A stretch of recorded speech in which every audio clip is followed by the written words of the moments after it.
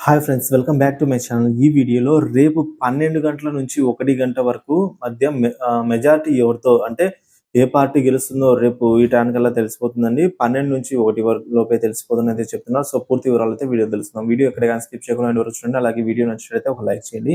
ఇక ఆలస్యం చేయకుండా వివరాలకి అయితే వెళ్ళిపోదాం. సో ఒక విషయానికి వచ్చినట్లయితే రేపు మధ్యాహ్నం 12 గంటల నుంచి 1 గంట వరకు మధ్య ఏ పార్టీ మెజారిటీ అనే దానిపై స్పష్టత అయితే వస్తుందని CEO ముఖేష్ కుమార్ మీనా వెల్లడించారండి.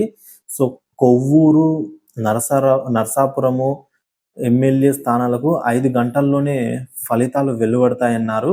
ఇక అమలాపురం లోక్సభకు 27 రౌండ్లు ఉండడంతో రిజల్ట్స్ కు 9 గంటల సమయం అయితే తీసుకుంటుందని చెప్తున్నారు. ఇక RYJ నరసాపురం స్థానాలకు 5 గంటల్లో ఫలితాలు వస్తాయని అయితే చెప్పారు. ఉదయం 8 గంటలకు పోస్టలు, అలాగే 8:30 నుంచి ఈవీఎంల ఓట్లను అయితే లెక్కింపు చేస్తూ ఉండడంలో ఈ నేపథ్యంలో సో రేపు 12 గంటల నుంచి 1 గంట మధ్య మెజారిటీ ఎవరిదో తేలిపోతుందని అయితే CEO మీనా అన్నారు. సో ఇదే అండి రేపు జరగబోయే ప్రక్రియ అనేది, ఓట్ల లెక్కింపు ప్రక్రియ అయితే ఈ విధంగా ఉంది.